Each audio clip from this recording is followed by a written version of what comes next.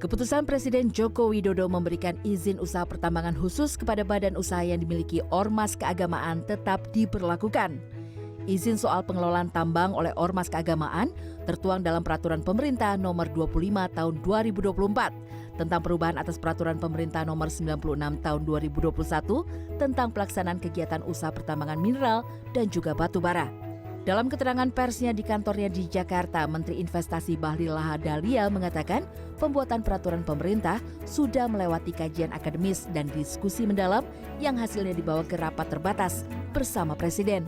Peraturan ini sudah ditandatangani oleh Kementerian Teknis Energi dan Sumber Daya Mineral, termasuk verifikasi dari Kementerian Hukum dan HAM dan persetujuan dari Kejaksaan Agung. Bahlil menjelaskan ormas keagamaan layak mendapatkan izin tambang karena kontribusinya yang besar sejak zaman kemerdekaan, yakni agresi militer 1948 hingga penyelesaian konflik agama di Ambon, Poso, dan bencana di Aceh.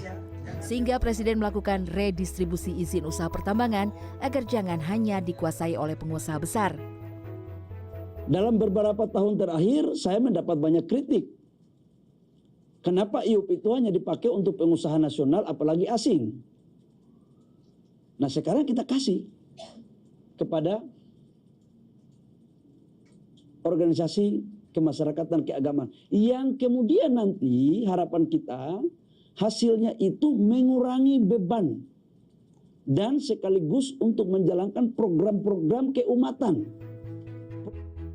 Layaknya PT Freeport Indonesia, Bahlil mencontohkan IUP milik ormas keagamaan juga akan dikerjakan oleh kontraktor.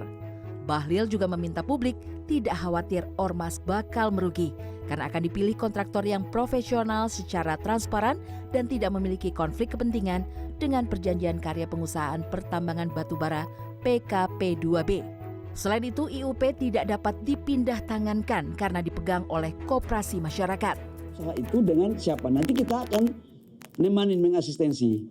Kontraktor yang bagus itu ini, yang nggak bagus itu ini. Jangan sampai mereka, mohon maaf, harusnya pendapatannya maksimal, tapi diatur seolah-olah tidak maksimal. Afirmatif negara memberikan ini cuma pada persoalan IUP-nya aja, Des. Satunya lewat tender, satunya bisa kasih langsung. Terhadap kewajiban-kewajiban lainnya, harus bayar PNBP, harus memenuhi DMO, ya wajib. Harus negara dapat dong. Harus negara dapat. Jadi tidak ada perlakuan lain selain dari hanya pada saat pemberian WUPK dan IUP. Kepala BKPM menyebut keuntungan pengelolaan tambang batubara ini akan digunakan menjalankan program keumatan seperti di bidang pendidikan, kesehatan, dan sosial. Namun kewajiban lain seperti dana hasil produksi batubara yang terdiri dari royalti dan penjualan hasil tambang tetap harus disetorkan oleh ormas keagamaan sama seperti yang disetorkan perusahaan tambang lainnya.